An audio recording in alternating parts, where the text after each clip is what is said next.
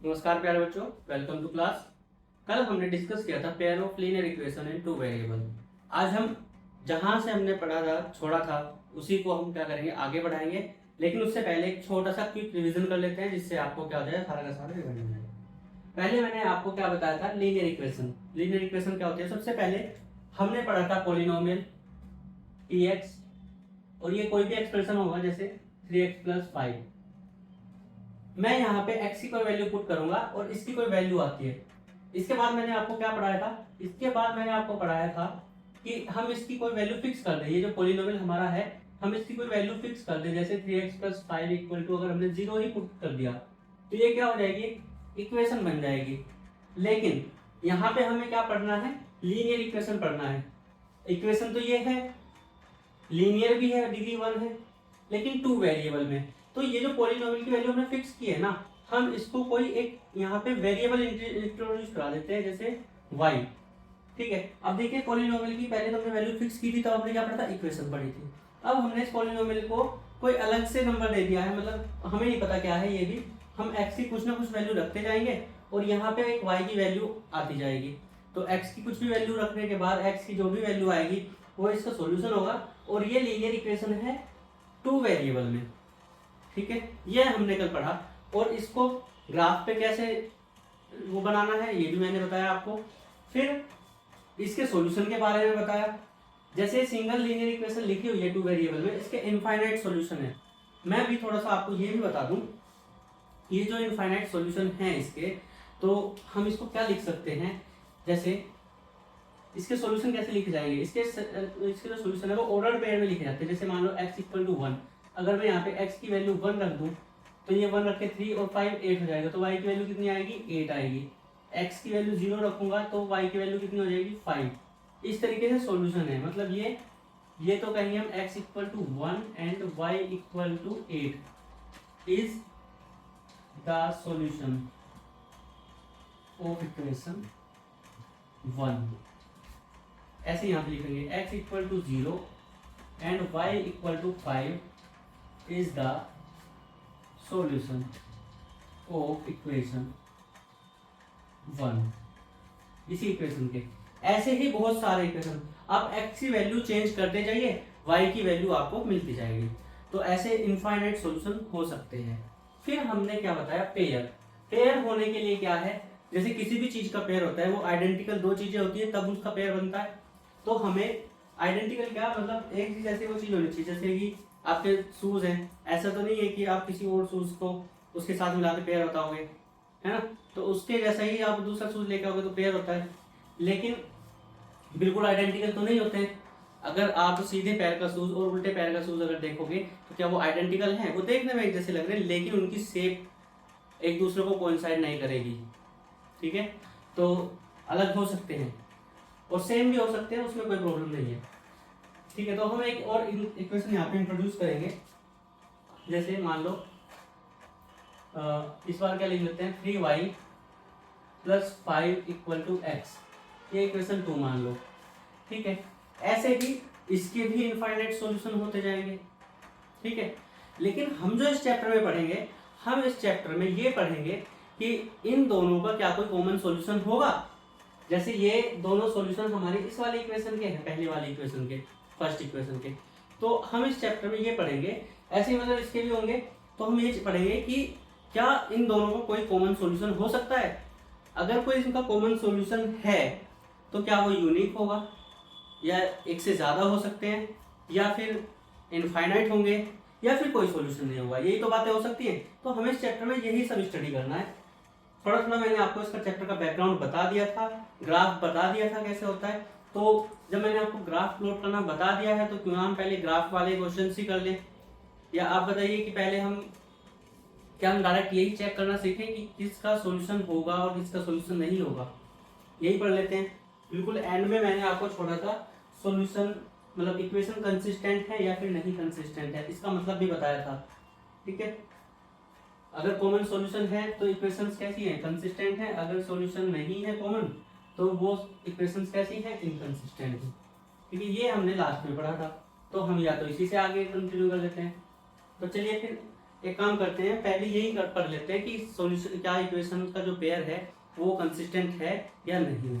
ठीक है, इसके लिए ज़्यादा कुछ नहीं करना, बहुत छोटा सा काम है, 2 मिनट में हो जाएगा। फिर बस सॉल्यूशन पे चलेंगे। 3 मेथड है इन इक्वेशंस को सोल्व करने के, और उन तीनों के ऊपर बात करेंगे। एक हो गया था तो पहले उसी की प्रैक्टिस करेंगे, फिर बाकी के 2 मेथड मैं आपको बताऊंगा।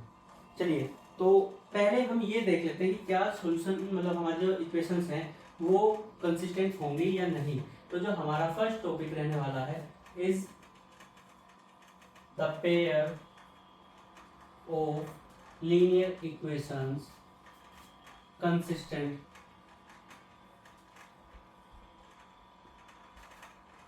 तो कंसिस्टेंट कब होगा? If common solution exist, then pair of linear equations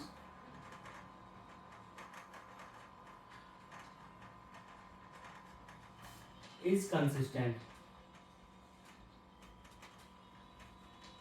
ठीक है, ये पहली बात हुई। और दूसरी बात, इफ कॉमन अरे यहाँ पे कॉमन सॉल्यूशन तो लिखा ही नहीं। If common solution does not exist,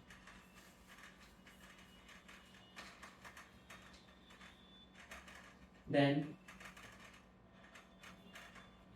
pair of linear equations is inconsistent।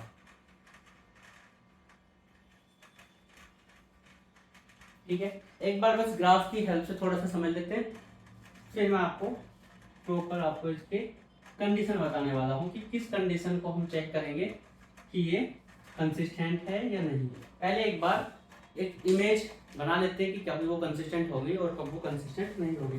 तो पहले हमने कंसिस्टेंट वाली बात बोली है। तो कंसिस्टेंट होने के लिए जैसे मान लो एक लाइन ये जाएगी और एक लाइन इस तरीके से आ गई। ठीक है, तो यहाँ पे एक पॉइंट है जो इन दोनों, जहाँ पे दोनों क्या करती है, इंटरसेक्ट करती है। तो वो क्या होगा, इनका कॉमन सॉल्यूशन होगा। ये मैंने आपको लास्ट वीडियो में बताया था कि इस लाइन के ऊपर जो भी पॉइंट है वो सब इसके क्या है, सॉल्यूशन है।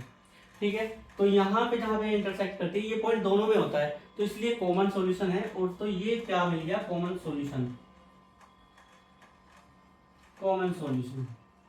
ठीक है, तो ये जो लाइन है ना इस तरीके की, ये दोनों लाइन जो पेयर बनेगा इनका, वो क्या होगा, कंसिस्टेंट होगा। मान लो एक लाइन ये जाती है ऐसे और एक लाइन ये जा रही है, और मैं कह रहा हूँ कि ये लाइन क्या है, पैरेलल। ये लाइन एल ले लो और ये लाइन एम ले लो, तो एल पैरेलल टू एम। अगर ये दोनों पैरेलल हैं तब क्या होगा, पेयर ऑफ, तब ये क्या होंगे, इनकंसिस्टेंट हो जाएंगे। तब ये इनकंसिस्टेंट हो जाएंगे। ठीक है, और तीसरी कंडीशन और है, देखो, जब ये लाइनें बिल्कुल पास पास आ जाए और एक दूसरे से चिपक जाए, मतलब क्या है कि एक दूसरे को कवर कर ले, मतलब आपको एक ही लाइन दिखाई दे, तो उस केस में क्या हो जाएगा, लाइन कोइंसाइड हो जाएगी। तो उस केस में क्या हो जाता है, लाइन कोइंसाइड हो जाती है। ठीक है, मैंने ये कल आपको ड्रॉ करके बताए थे वैसे तो ये क्या हो जाएगी, कोइंसाइड हो जाएंगी। और इसमें इस केस में क्या होगा, इनफाइनाइट सॉल्यूशन। कंसिस्टेंट होगी, consistent and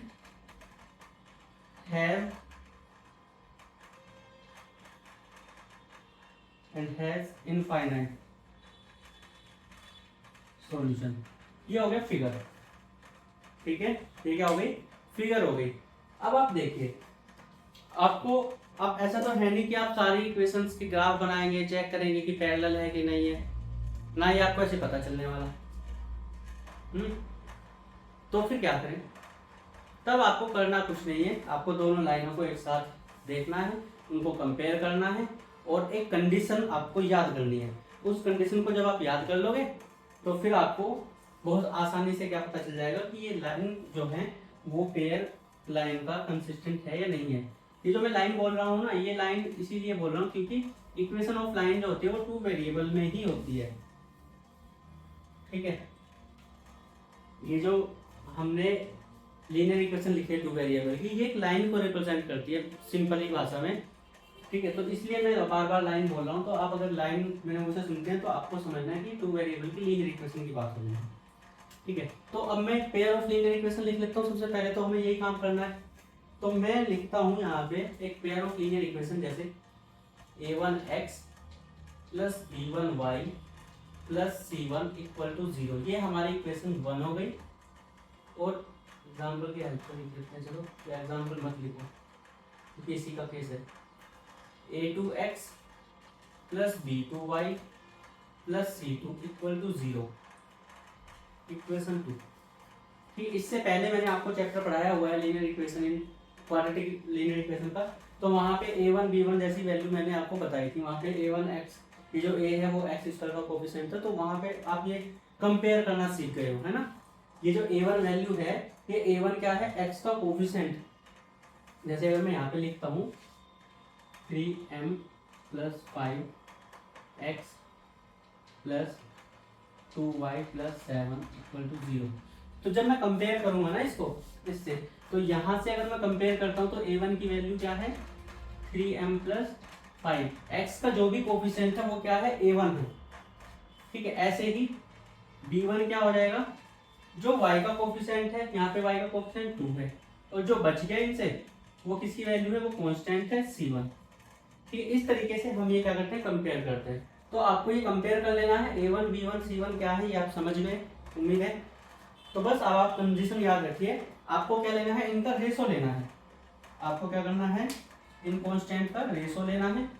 a1 upon a2, b1 upon b2 और c1 अपॉन c2। इस तरीके से आपको क्या करना है, इनका रेशो लेना है। ठीक है, क्योंकि हमारे पास केस कितने बने थे, 3 केस बने थे। इसमें 2 केसेस तो यहाँ पर थे और 1 केस इसमें था। ठीक है, तो हमें तो 3 केस देखने हैं। तो मैं इन कंडीशन इस तरह की चीजें 3 बार लिखता हूँ और 3 बार लिख के आपको बताऊंगा। तो पहले तो हम इन वाले 2 केसेस की बात करेंगे। तो मैं ये पहला केस लिख रहा हूँ, पहले का फर्स्ट पार्ट, क्योंकि 2 केस है उसमें। और सेकेंड पार्ट, यहाँ पे भी हमें रेशो लेना है a1 upon a2, b1 upon b2 और c1 अपॉन c2। ऐसे ये सेकंड वाले का आ जाओ, सेकंड में तो एक ही है। तो यहाँ पे भी a1 upon a2, b1 upon b2 और c1 अपॉन c2। आपको इस केस में जब आपको पेयर कंसिस्टेंट इनकंसिस्टेंट चेक करना है, आपको बस a1 upon a2, b1 upon b2, c1 upon c2 ये लिखना है। लेकिन याद क्या करना है, जब आपका सॉल्यूशन जो है ये मतलब एग्जिस्ट करेगा, मतलब कॉमन सॉल्यूशन एग्जिस्ट करेगा, इसके 2 केसेस है। एक तो लाइन जब पैरेलल हो जाए, पैरेलल होने में क्या होगा, ये इक्वल हो जाएंगे। ठीक है, सॉरी पैरेलल नहीं मतलब कोइंसाइड करेंगे। तो ये क्या कर जाएगी, कोइंसाइड। ये जो मैंने सबसे बाद में बनाया था ना ऐसे करके केस, और फिर ऐसे बनाया था ऐसे, तो ये क्या हो गया, ये कोइंसाइड हो गए। इसमें क्या है, इनफाइनाइट सॉल्यूशन।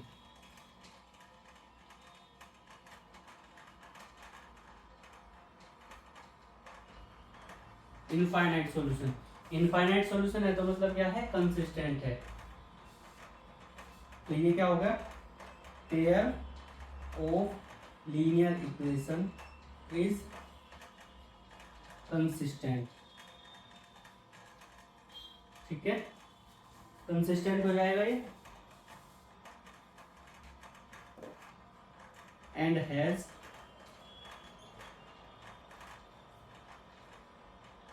Infinite solutions. ठीक है, ये हो गया पहली बात। अब दूसरा केस क्या है, दूसरे केस में ये इक्वल नहीं होंगे। ये वाला जो है a1 a2 और b1 b2 का रेशो इक्वल नहीं होगा। ठीक है, आपको इधर से चलना है करते हुए। तो ये इक्वल नहीं होगा, और ये इक्वल हो भी सकता है और नहीं भी हो सकता है। बात समझ रहे हो। ये इक्वल हो या ना हो इससे कोई फर्क यहाँ पे नहीं पड़ेगा, ठीक है। बस आपके पहले वाला इक्वल नहीं होना चाहिए। तो इस केस में क्या होगा, pair of linear equation is consistent. Consistent होने का मतलब उनके पास कम से कम एटलीस्ट वन यूनिक सॉल्यूशन है। कंसिस्टेंट एंड हैज, इसमें केवल एक ही सॉल्यूशन मिलेगा, यूनिक सॉल्यूशन, ठीक है। अगर आपको यूनिक सॉल्यूशन देखना है किसी इक्वेशन का तो आप क्या करोगे, ये दोनों इक्वल नहीं होंगे, नॉट इक्वल टू जीरो, ठीक है। तीसरा केस क्या है, अभी हमने क्या किया था, ये वाला नॉट इक्वल था, इस बार ये वाला नॉट इक्वल रखेंगे यहाँ पे, नॉट इक्वल, ये बाद वाला नॉट इक्वल, और ये क्या हो जाएगा, इक्वल हो जाएगा। तो इस केस में क्या होगा, pair of linear equation is inconsistent. Inconsistent it means it has no solution, no solution, ठीक है। इस केस में क्या होगा, कोई भी सॉल्यूशन नहीं मिलेगा। क्यों, कोई भी सॉल्यूशन मतलब क्या है कि उनका कोई कॉमन सॉल्यूशन नहीं होगा। वैसे तो पेयर ये तो लीनियर इक्वेशन के सॉल्यूशन तो होंगे इनफाइनाइट, लेकिन उनका कोई भी कॉमन सॉल्यूशन नहीं मिलेगा। यहाँ पे ये बात हो रही है, यहाँ तो मैंने बता दिया पैरेलल, ये सॉरी कोइंसाइड कर रही है। यहाँ पे क्या होता है, लाइनें कुछ इस तरीके से कट करेंगी, और जरूरी नहीं है एक्स बनाए, देखने में लग रहा होगा एक्स बन रहा है, ये ऐसे भी जा सकती है, ठीक है। और हम ये जो कार्टेशियन प्लेन बनाते हैं, एक्स एक्सिस वाई एक्सिस, इनका भी कॉमन सॉल्यूशन है, यहाँ पे ये ओरिजिन पे मिलते हैं जिनको हम 0 0 बोलते हैं, ठीक है।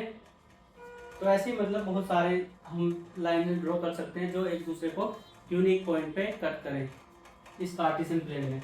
और ये वाला जो केस है, इसमें क्या होता है, लाइनें पैरेलल होती है इस तरीके से, ठीक है। ये कभी भी कट नहीं करेंगे एक दूसरे को, जब कभी भी एक दूसरे को कट नहीं करेंगे तो दोनों का कॉमन पॉइंट नहीं होगा। 9th क्लास में आपने यूक्लिड ज्योमेट्री में पढ़ा होगा, पोस्टलेट्स है शायद वो 4th या 5th, ठीक है, उसको देख लेना। समझ में आया, सॉल्यूशन कब कंसिस्टेंट होगा और कब इनकंसिस्टेंट होगा। तो इसी के ऊपर आपकी क्या है, फर्स्ट एक्सरसाइज में कुछ क्वेश्चंस हैं। ऑन कंपेयरिंग द इक्वेशन ये है, तो find out lines representing the following pair of linear equation intersect at a point और पैरेलल और कोइंसाइड। ये सेकंड क्वेश्चन जो है एक्सरसाइज 3.1 का, ये बिल्कुल इसी के बेस पे है, ठीक है। एक्सरसाइज 3.1 जो आपकी एक्सरसाइज है उसका फर्स्ट क्वेश्चन हम बाद में डिस्कस करेंगे। पहले हम क्वेश्चन नंबर 2 को डिस्कस कर लेते हैं, क्योंकि वो बिल्कुल इसी के ऊपर है, ठीक है। तो पहले अगर आपको ये लिखना हो तो लिख लें, फिर मैं इसको ऑफ कर देता हूँ।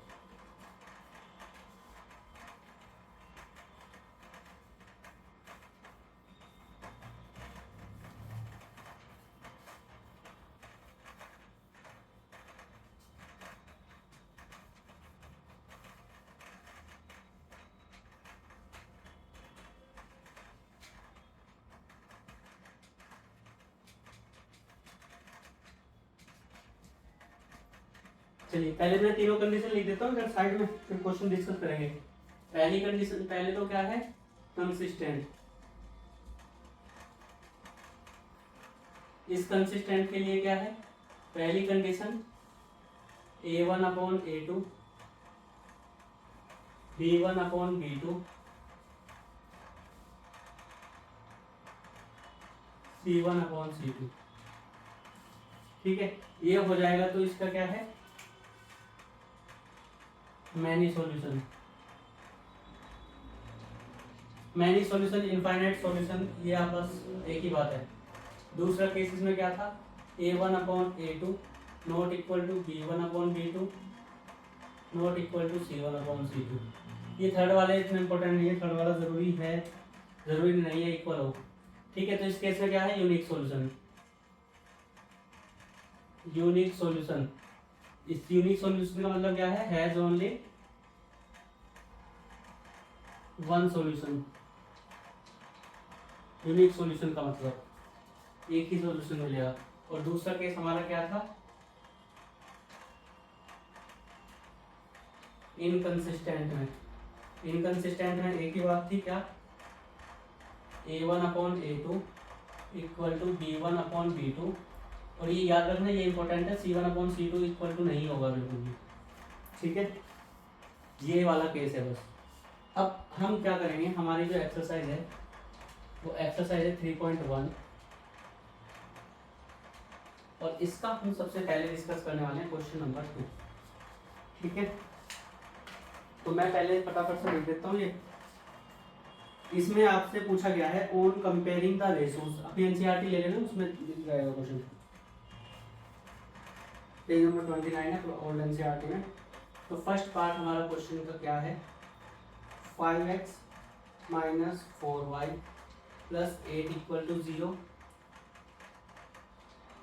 एक इक्वेशन तो ये होगी, और दूसरी इक्वेशन क्या है, 7x plus 6y minus 9 equal to 0, ठीक है। तो अब आपको क्या करना है, देखो लिखने का तरीका पहले ही क्वेश्चन में मैं आपको बता देता हूँ, फिर बार बार हम नहीं लिखेंगे। तो आपको क्या करना है, इसको इक्वेशन 1 मानिए, इसको इक्वेशन 2 मानिए। Comparing equation 1 and 2 by A1x plus B1y plus C1 equal to 0 and A2x plus B2y plus C2 equal to 0 respectively.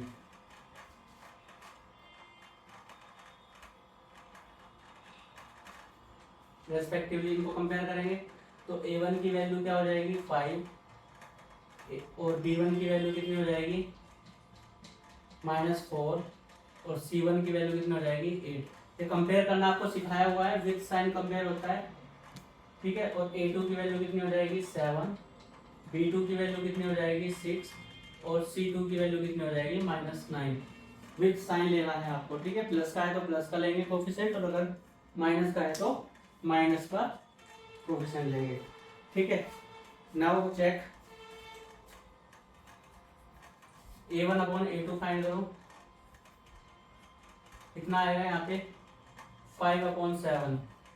क्या ये कट रहा है कुछ, इसमें नहीं कटेगा। अब B1/B2 चेक करो,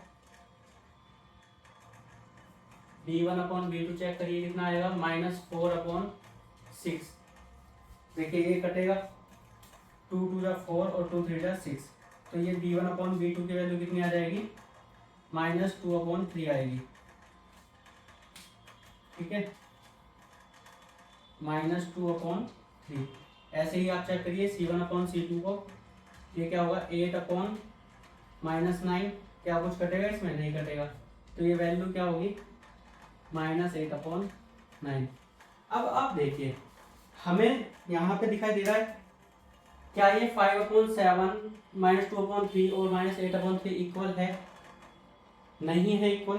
तो हम नेक्स्ट लाइन में लिखेंगे A1/A2 B1/B2, ये नॉट इक्वल है, और नॉट इक्वल टू C1/C2। कौन सी कंडीशन है, ये वाली कंडीशन आपको मिलेगी। तो ये क्या है, pair of linear equation consistent है, और इसके कितने सॉल्यूशन मिलेंगे, यूनिक सॉल्यूशन मिलेंगे, ठीक है। इस केस में क्या था, देखो यहाँ पे 3 बातें लिखी हुई है ना, intersect at a point, parallel और कोइंसाइड। तो ये वाला जो केस है कोइंसाइड वाला है,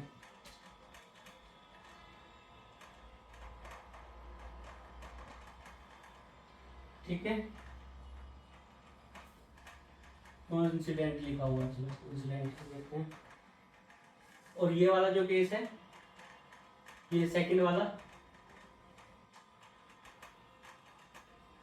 इंटरसेक्ट एट अ पॉइंट, ये वाला केस है, इंटरसेक्ट एट अ पॉइंट। और ये जो थर्ड वाला केस है, ये कौन सा केस है, पैरेलल वाला केस है, ठीक है। बात समझे, ये मैंने पूरा लिख दिया है, अगर आपको नोट करना है तो कर लेना। तो अब हम यहाँ पे लिखेंगे hence pair of linear equation is consistent and इसने आपसे यूनिक सॉल्यूशन वगैरह नहीं पूछा, इसने क्या पूछा है, parallel intersect at a point. तो ये सेकंड वाला केस क्या कहता है, intersect at a point and intersect at a point. ये आपको क्वेश्चन सॉल्व हो गया, ठीक है, बात समझ गए। अगर इसने ये ना पूछा होता कौन साइड पैरेलल वगैरह, तो आप यहाँ पे क्या लिखते, हैज यूनिक सॉल्यूशन लिखते। कोई प्रॉब्लम इसमें शायद नहीं होगी, उम्मीद है समझ आया होगा। चलिए नेक्स्ट क्वेश्चन करें। नेक्स्ट क्वेश्चन करने के लिए देखो, आपको ना, आपको कभी कभी ये लगता होगा कि लैंग्वेज कैसे लिखी जाएगी, लैंग्वेज लिखने में डर लगता होगा। लैंग्वेज हर क्वेश्चन की फिक्स है, उसमें बिल्कुल सेम पैटर्न बनता है। देखो यहाँ पे अगर मेरे सामने कोई नया क्वेश्चन आएगा तो बस क्या क्या चेंज होगा, वैल्यूज चेंज होने वाली है, ठीक है। और इतनी इंग्लिश आप अगर याद भी नहीं, मतलब नहीं आती है, तो आप क्या कर सकते हो, उसको एक दो लाइन को रट्टा मार सकते हो, ज़्यादा मतलब कोई मुश्किल काम है नहीं, ठीक है। नंबर नहीं कटेंगे, आप अगर रटी हुई लाइन लिखोगे तो भी आपके नंबर नहीं कटेंगे। और ये लाइन, ये कंडीशन की बाद में हमें क्या करना पड़ेगा, रिकॉग्नाइज करना पड़ेगा इस कंडीशन को, ठीक है। एक ये वर्ड हटेगा यहाँ पे और ये उसी के अकॉर्डिंग आएगा आगे। तो फिर देखिए, अब ये क्वेश्चन फर्स्ट पार्ट हमारा हो गया है। अब मैं सेकंड पार्ट इसका क्वेश्चन का करूँगा। सेकंड पार्ट करने के लिए सेकंड इक्वेशन में लिख रहा हूँ यहाँ पे सेकंड क्वेश्चन की।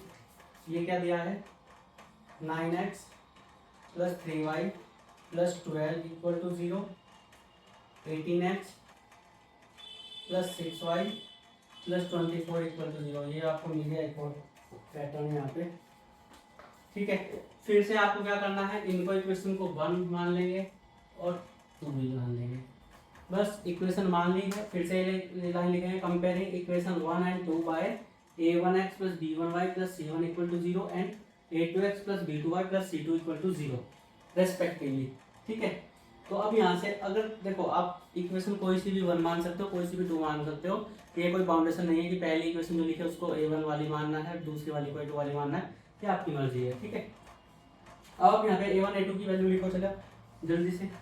a1 की वैल्यू, पहले वाली इक्वेशन में एक x का कोफिशिएंट 9, y का कोफिशिएंट 3 और ये कांस्टेंट टर्म 12। सेकंड वाली में x का कोफिशिएंट 18, y का कोफिशिएंट 6 और कांस्टेंट टर्म कितने हैं, 24। अब आप ये वैल्यूज फाइंड करिए। तो a1/a2 कितना है, 9/18, ये कितना है 3/6 और ये कितना है 12/24, ठीक है। चलिए सोल्व करिए। 9 × 1 = 9, 9 × 2 = 18, तो क्या आएगा, इक्वल आएगा 1/2। सेम आगे वाला करिए, 3 × 1 = 3, 3 × 2 = 6, तो ये क्या आएगा, सोल्व हो गए 1/2 आएगा, ठीक है। अब इसको देखिए, 12 × 1 = 12, 12 × 2 = 24, तो ये कितना आएगा, ये कितना आएगा 1/2। अब आप देखिए आपको क्या दिखाई दे रहा है, a1/a2 की वैल्यू 1/2, b1/b2 की वैल्यू 1/2, c1/c2 की वैल्यू भी 1/2। तो ये आपको कौन सी कंडीशन दिख रही है, ये वाली दिख रही होगी, पहले वाली दिखाई दे रही है, पहले वाली। तो हम यहाँ पे लिखेंगे a1/a2 = b1/b2 = c1/c2। ये लिख दिया हमने, कंडीशन लगा दी है। अब हम लिखेंगे hence pair of linear equation is consistent. क्यों है कंसिस्टेंट, क्योंकि इसके तो मैनी सॉल्यूशन है, हमें तो एटलीस्ट 1 कॉमन सॉल्यूशन चाहिए था, लेकिन यहाँ पे तो क्या है, मैनी सॉल्यूशन, इनफाइनाइट सॉल्यूशन है। एंड और ये केस क्या होता है, कोइंसिडेंट वाला होता है। हैंस ये क्या करेंगे, कोइंसाइड करेंगे,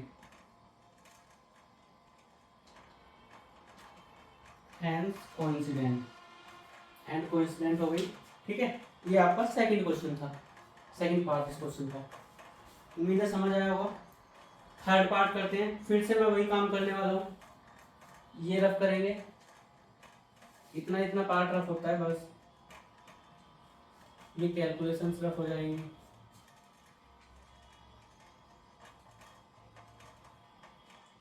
ये वैल्यूज यहाँ से रफ होंगी और ये तो इस बार 1 और 2 भी नहीं रफ करते। थर्ड क्वेश्चन क्या है इसका, थर्ड पार्ट। थर्ड पार्ट हमें दिया हुआ है 6x minus 3y plus 10 equal to 0, 2x minus y plus 9 equal to 0। ठीक है, अब आप देखिए फिर से आपको क्या करना है, कम 1 और 2 मान लेंगे। कंपेयरिंग इक्वेशन 1 एंड 2 बाय ये क्या है, स्टैंडर्ड फॉर्म है linear equation in two variable की। a1x plus b1y plus c1 equal to 0, a2x plus b2y plus c2 equal to 0 respectively. अब a1 a2 इन सबकी वैल्यू लिखे।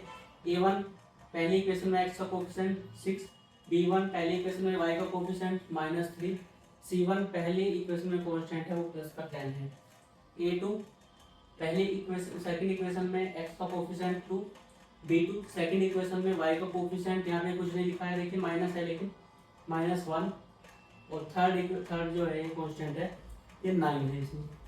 ठीक है, अब हम क्या करेंगे यहाँ पे, अच्छा ये कंडीशन तो मैंने रखी ही नहीं है, ये भी तो रफ करनी पड़ती है क्योंकि ये तो हमें रिकॉग्नाइज करनी है कंडीशन।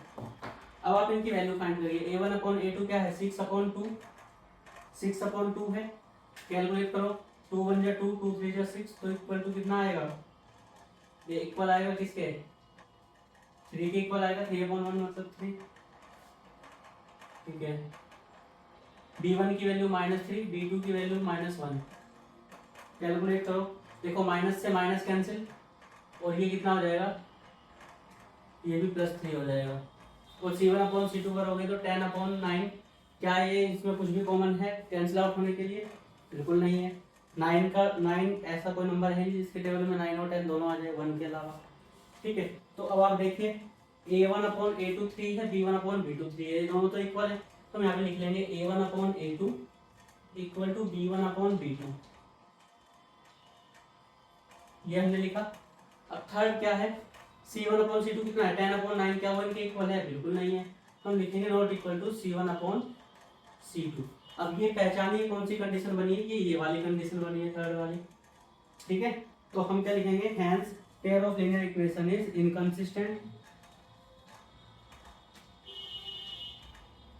इनकंसिस्टेंट एंड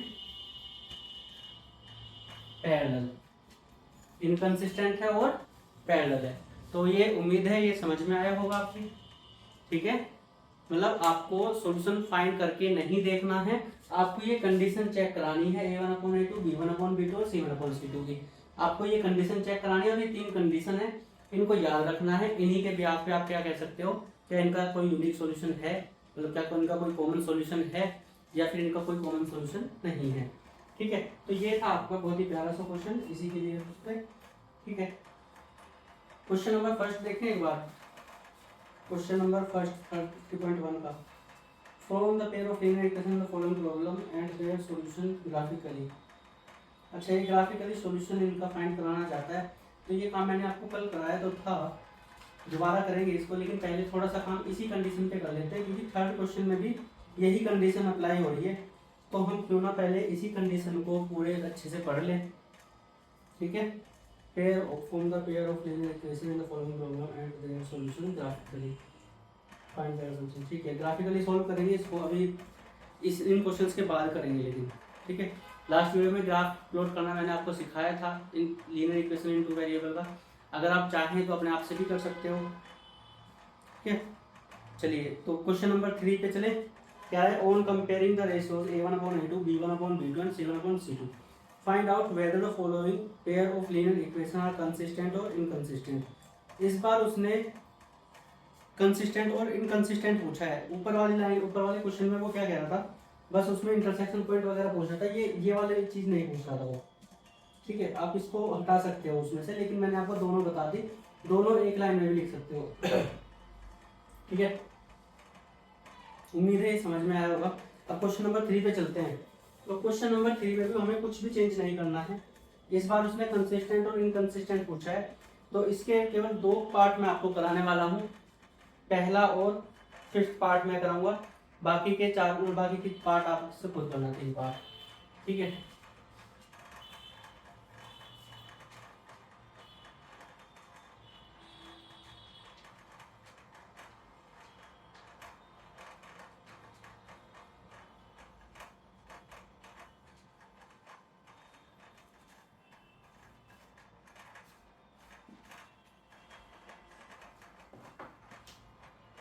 चलिए देखिए जरा क्या कह रहा है। क्वेश्चन नंबर 3 का फर्स्ट पार्ट कराने जा रहा हूँ, उसको ध्यान से देखना जरा।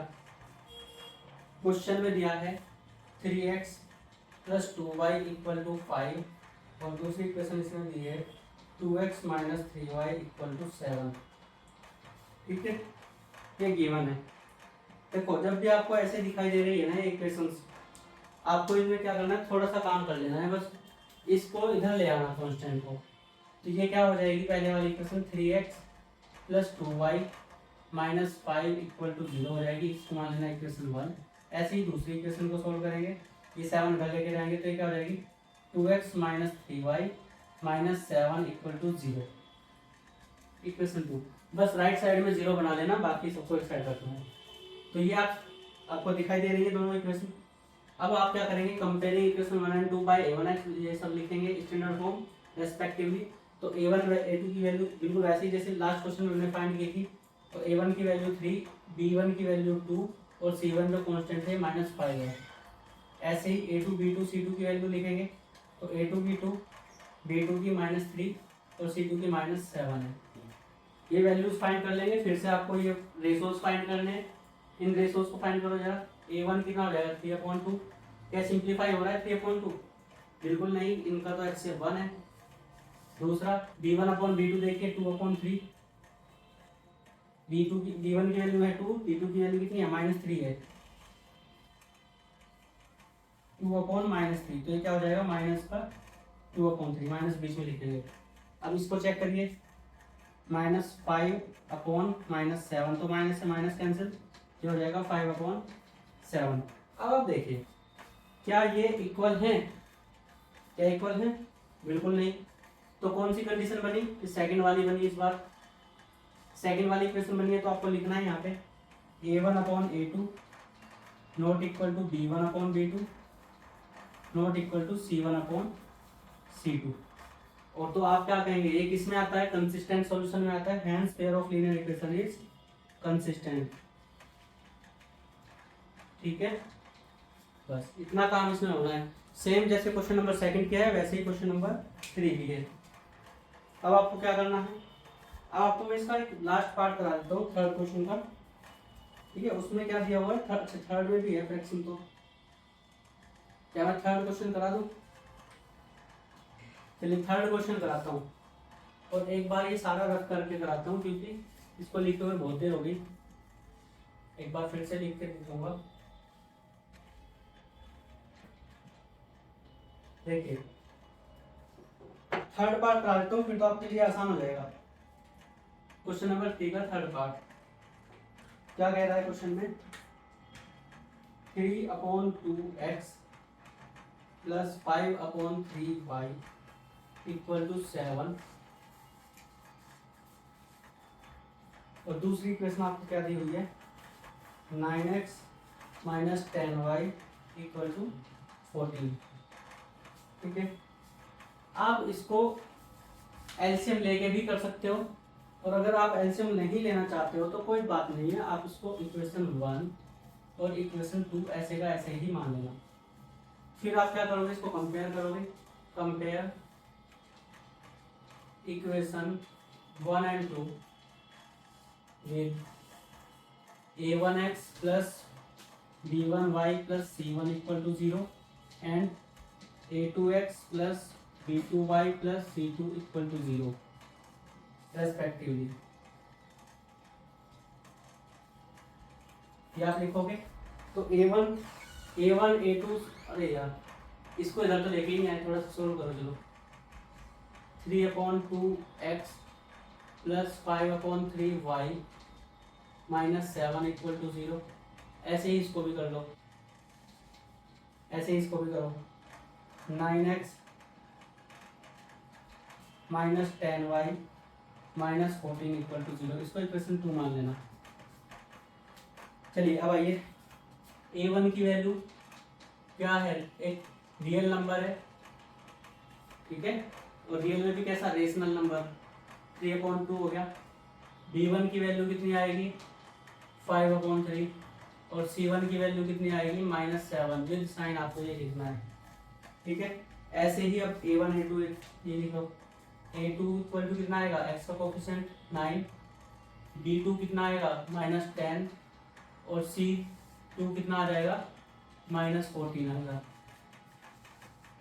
ठीक है, चलिए अब आपको क्या करना है, वही कंडीशन चेक करोगे आप, रेशो चेक करोगे A1/A2 चेक करिए।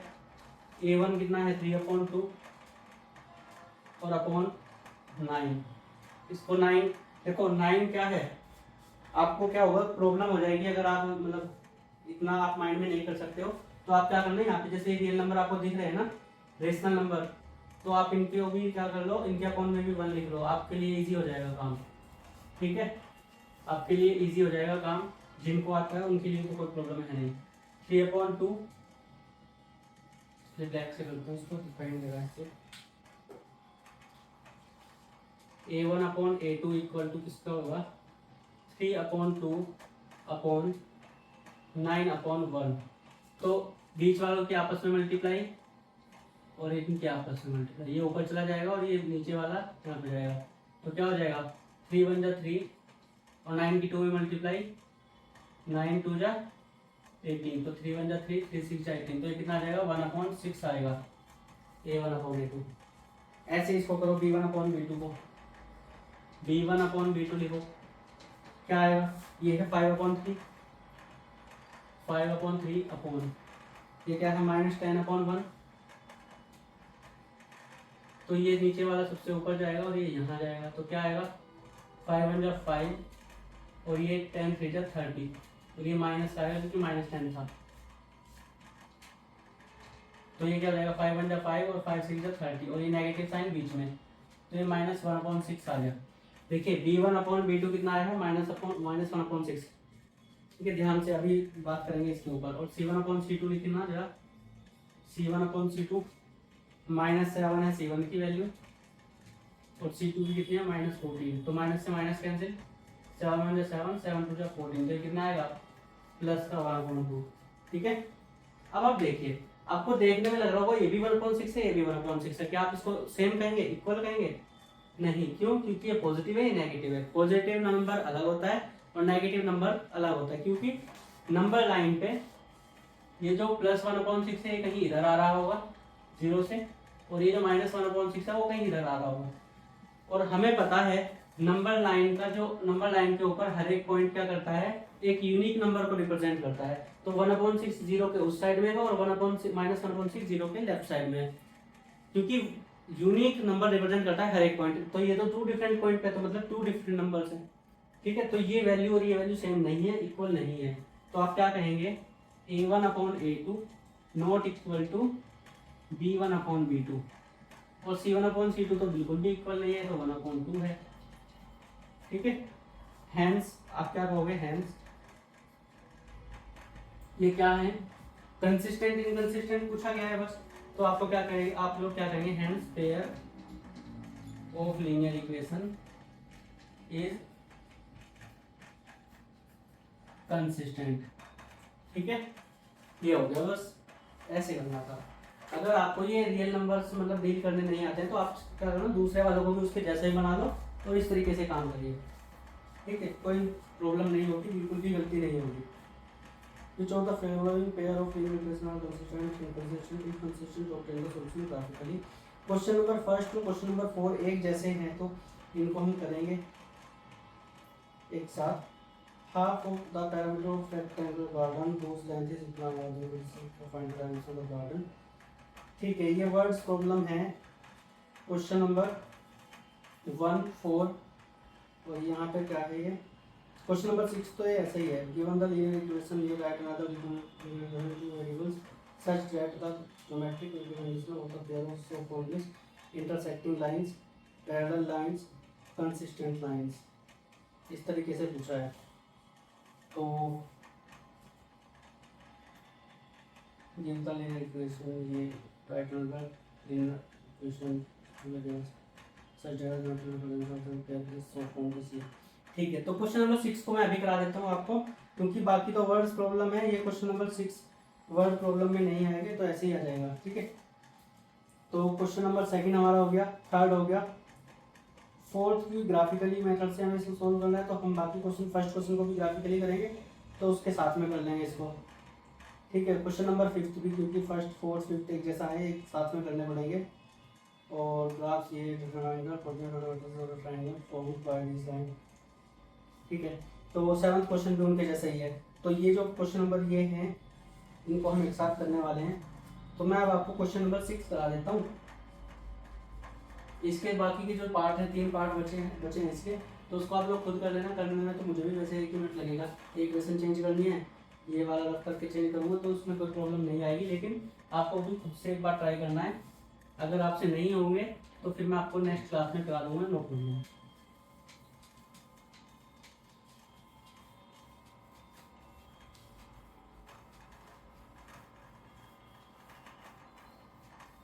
देखिए क्वेश्चन नंबर 6 अच्छा क्वेश्चन है, प्यारा सा और इजी सा, क्योंकि एनसीईआरटी में है, तो आपको ये ध्यान से करना पड़ेगा, क्योंकि पेपर में एनसीईआरटी से बेस बहुत सारे क्वेश्चन आते हैं। उसने इक्वेशन दी हुई है 2x + 3y - 8 = 0। ठीक है, और कहता है राइट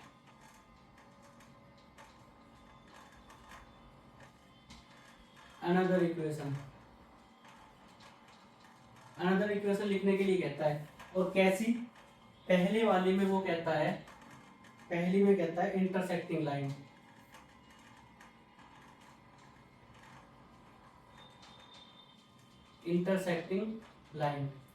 दूसरी कंडीशन में वो क्या कहता है? दूसरी कंडीशन में कहता है पैरेलल लाइंस। और तीसरी कंडीशन में वो क्या कहता है? कोइंसिडेंट।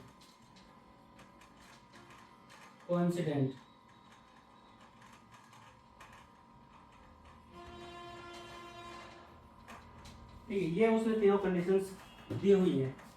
ठीक है, तो आप क्या करेंगे? आप इसको पहले कंपेयर करके रखेंगे। आप इसको क्या करके रखेंगे? कंपेयर करके रखेंगे। Compare equation 1 with a1x + b1y + c1 = 0। तो यहाँ से आपको a1 की वैल्यू मिलेगी, x का कोफिशिएंट है 2, b1 की वैल्यू मिलेगी, y का कोफिशिएंट जो कि 3 है, और c1 की वैल्यू मिलेगी, जो बचा हुआ कांस्टेंट है, यहाँ पे क्या है -1। ये तीनों वैल्यू आपको मिल जाएगी। इतना आपको काम करके रखना है। फिर क्या करेंगे? इंटरसेक्टिंग लाइन आपको फाइंड करनी है। तो यहाँ पे देखिए इंटरसेक्टिंग लाइन की कंडीशन क्या है। इंटरसेक्टिंग लाइन ये रही सेकंड वाली कंडीशन में।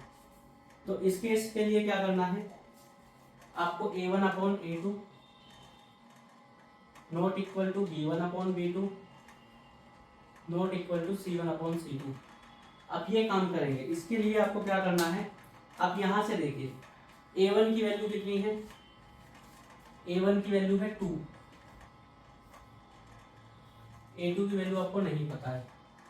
ठीक है, नॉट इक्वल टू b1 की वैल्यू कितनी है? 3 है, और b2 की वैल्यू आपको नहीं पता है। ठीक है, तो आप यहाँ से क्या कह सकते हो? आप इसको एक काम करो, b2 को इधर लेके जाइए, b2/a2 नॉट इक्वल टू 3/2। जो आपका जो रेशो है, मतलब b2 और a2 को, ये 3/2 नहीं बनना चाहिए। कुल मिला के इतनी बात है। ठीक है, और तीसरा क्या कह रहा है कि इसके लिए कोई मतलब इतना खास है नहीं, बस ये दोनों कंडीशन आपकी हो जाए, a1/a2 not equal to b1/b2, तो वो लाइन इंटरसेक्ट करेंगी कभी भी, ना तो पैरेलल होंगी ना कोइंसाइड करेंगी। ठीक है, लेकिन हाँ यहाँ पे एक चीज ध्यान रखनी है, अगर ये चीजें मतलब नहीं पैरेलल तो होंगी नहीं फिर वो। ठीक है, पैरेलल के लिए क्या होता है? ये वाले इक्वल हो जाए और ये इक्वल ना हो, वो होता है पैरेलल। तो जैसे ये वाली, तो इसके केस में हम क्या करेंगे? इस केस में हम अब देखिए, क्योंकि हमें अनदर इक्वेशन, बस उसने क्या कहा है? राइट अनदर इक्वेशन बोला है। तो ये क्वेश्चन 1 नंबर के लिए आप पूछा जा सकता है, हो सकता है 2 नंबर के लिए पूछे। तो बस आप ध्यान रखेंगे, तो लिखिए जरा कोई भी ऐसी एक रैंडम इक्वेशन लिखिए जिसमें क्या हो, ये वैल्यू इक्वल ना हो, अपने आप आपसे दिमाग से सोच के लिख सकते हो। देखो ये कितना है, आप x plus y plus 7 equal to 0 ऐसे करके लिख सकते हो।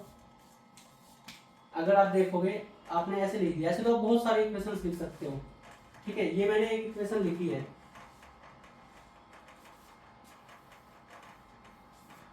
बस आपको इसमें क्या बताना है, जब आप इस पार्ट को करेंगे, ये आपको कंडीशन लिखनी है फॉर इंटरसेक्टिंग लाइन, ये नॉट इक्वल टू ये, therefore x plus y plus 7 equal to 0। आप चाहें तो और लिख सकते हो, आप यहाँ पे ऐसे भी लिख सकते हो, 2x plus 5y minus 8 equal to 0 भी लिख सकते हो। देखो इसी का यूज कर लिया, मतलब एक को ऐसे ही रहने तो दूसरे को चेंज कर दो। आप इसको ऐसे लिख सकते हो, 7x plus 3y minus 8 equal to 0। ये मैं 8 लिख रहा हूँ बार बार, आप यहाँ पे प्लस का ऐड कर सकते हो, कोई दिक्कत नहीं है, प्लस 18 कर सकते हो, मतलब कुछ भी कर सकते हो, बस ये वाली कंडीशन नहीं बैठनी चाहिए। a1 और a2, a1 upon a2, b1 upon b2 equal नहीं होना चाहिए, बाकी आप कुछ भी करें। ठीक है, बात समझ आई। अब आपको पैरेलल के लिए लिखना है। पैरेलल के लिए क्या होता है, इसमें आपको कंडीशन बतानी है पहले, a1 upon a2 equal to b1 upon b2 not equal to c1 upon c2। बस ये बात ध्यान रखना है। देयरफॉर द अनदर इक्वेशन करके लिखोगे, देयरफॉर द अनदर इक्वेशन क्या होगी। देखो मैंने कहा कि ये इनका क्या होना चाहिए, इक्वल होना चाहिए। जैसे क्या है, ये 2x प्लस 3y, आप इसी को लिख लो पहले तो, 2x plus 3y minus 8 equal to 0 लिखा हुआ है। आपको क्या करना है, ये वाली चीजें इक्वल नहीं होनी चाहिए। ठीक है, तो जैसे ये तो पहली इक्वेशन है, तो मैं क्या कर सकता हूँ, यहाँ पे माइनस 18 कर दूँ। ठीक है, पैरेलल लाइन के लिए मैंने क्या किया, बस इस वाली टर्म में चेंज कर दिया। आप इस इक्वेशन को ऐसे लिख दो, बस ये कांस्टेंट टर्म चेंज कर दो। ठीक है, और भी लिख सकते हो, 2x plus 3y minus 20 equal to 0। मतलब यहाँ पे कोई भी रियल नंबर लिखो, कोई फर्क नहीं पड़ेगा, बस ये इक्वल होने चाहिए। ठीक है, अच्छा आपको लग रहा होगा कि हमें 2x प्लस 3y ही क्यों लिखे, आप इसमें सेम नंबर की मल्टीप्लाई करिए। आप इसको क्या कर सकते हो, 4x प्लस 6y, इन दोनों में 2 की मल्टीप्लाई कर दी, 2 2 जा 4, 3 2 जा 6, और ये कांस्टेंट टर्म में मत करा देना। ठीक है, ये कांस्टेंट टर्म में मत करा देना, यहाँ पे बताऊंगा अभी थर्ड पार्ट में। तो ये समझ गए, ये कैसे होंगी, पैरेलल लाइन होंगी, जिसमें क्या होगा, इनका रेशो तो इक्वल होगा लेकिन इसका इक्वल नहीं होगा। ठीक है, इस नंबर को सेम मत लेना। अब आप करेंगे कोइंसाइड लाइन। कोइंसाइड लाइन के लिए क्या कंडीशन है, पहले वाली कंडीशन, पहले वाली है, तो इसके लिए आप क्या लिखोगे, a1 upon a2 equal to b1 upon b2 equal to c1 upon c2। ये सबसे आसान केस है। इसके लिए आपको क्या करना है, इस इक्वेशन में किसी भी रियल नंबर की आप मल्टीप्लाई करा दीजिए। ठीक है, जीरो को छोड़ के, जीरो की मत कराना, क्योंकि जीरो करा दोगे तो फिर तो जीरो हो जाएगा, वो आपको टू वेरिएबल की दिखेगी नहीं। तो इसमें आप क्या करेंगे, जैसे मैं 3 की मल्टीप्लाई करा दूं, तो 3 2 जा 6x प्लस 3 3 जा 9y प्लस 9 और वो 3 8 जा 24 माइनस 24 इक्वल टू 0। ऐसे ही और क्या करा सकते हो, 5 की करा दो, 5 2 जा 10x प्लस 5 3 जा 15y माइनस 5 8 जा 40 इक्वल टू 0। मतलब क्या करेंगे, इस केस में किसी भी रियल नंबर की मल्टीप्लाई कराएंगे, नॉन जीरो नंबर की मल्टीप्लाई कराएंगे, किसमें, पहले वाली इक्वेशन में। ठीक है, तो ये आपका 6 क्वेश्चन कंप्लीट हो गया है, इसको आप नोट कर लो। एक बार मैं इसको कंक्लूड करता हूँ बहुत अच्छे से, आपकी समझ में आएगा और आपको कैसे फाइंड करनी है। ठीक है,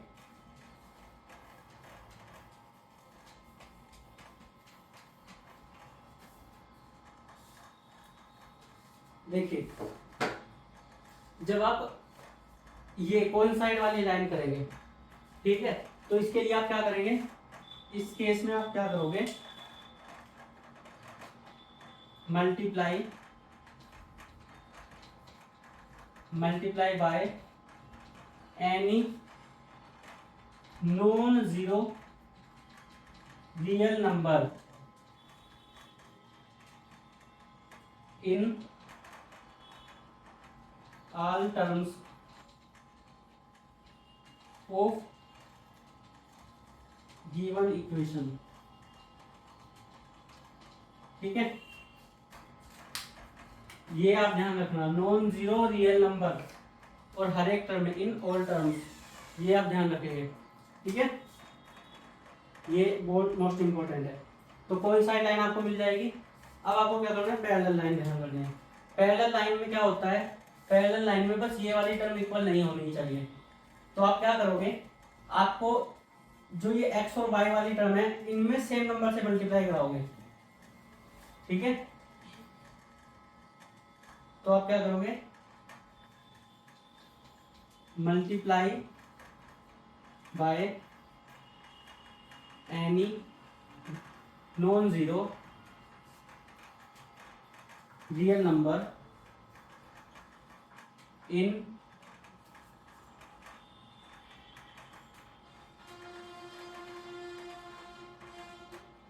variable terms in only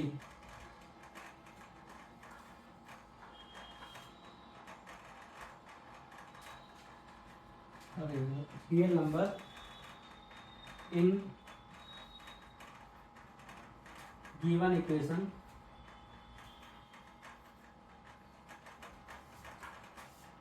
only in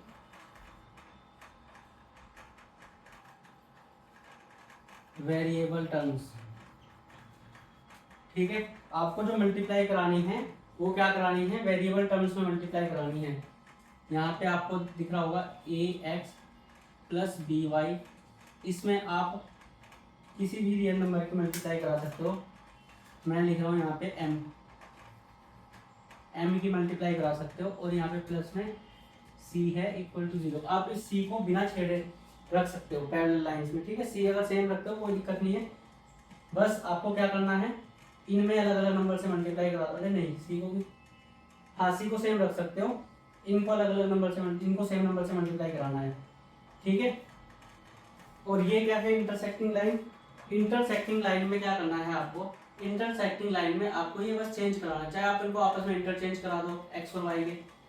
ठीक है, मतलब इस वाली के लिए मैं क्या लिख सकता हूँ, इसके मैं लिए ये भी लिख सकता हूँ 3x plus 2y minus 8 equal to 0। ये भी इंटरसेक्टिंग लाइन होगी, इनके वेरिएबल्स को चेंज करा दोगे।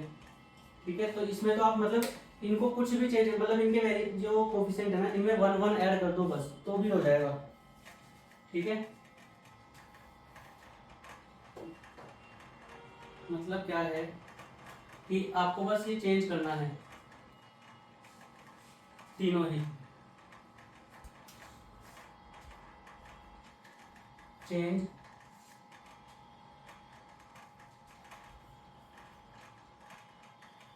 Coefficient of variables such that a1/a2 not equal to b1/b2। बस इसके लिए ध्यान रख लेना, c1/c2 इक्वल हो भी जाएगा, c1/c2 किसी एक के इक्वल हो भी जाएगा तो प्रॉब्लम नहीं आएगी। ठीक है, ये बस आपको ध्यान रखना है इस केस में। तो ये हमारे क्वेश्चन नंबर 2nd, 3rd और 6th हमने कर लिया है। बाकी की एक्सरसाइज हम नेक्स्ट क्लास में करेंगे। आप अगर चैनल पे नए हो, आपको वीडियो अच्छी लगी तो अपने दोस्तों के साथ शेयर करिए, हमारे चैनल को लाइक और सब्सक्राइब भी करिए। ठीक है, आज की वीडियो में इतना ही, मिलेंगे नेक्स्ट क्लास में। Thank you.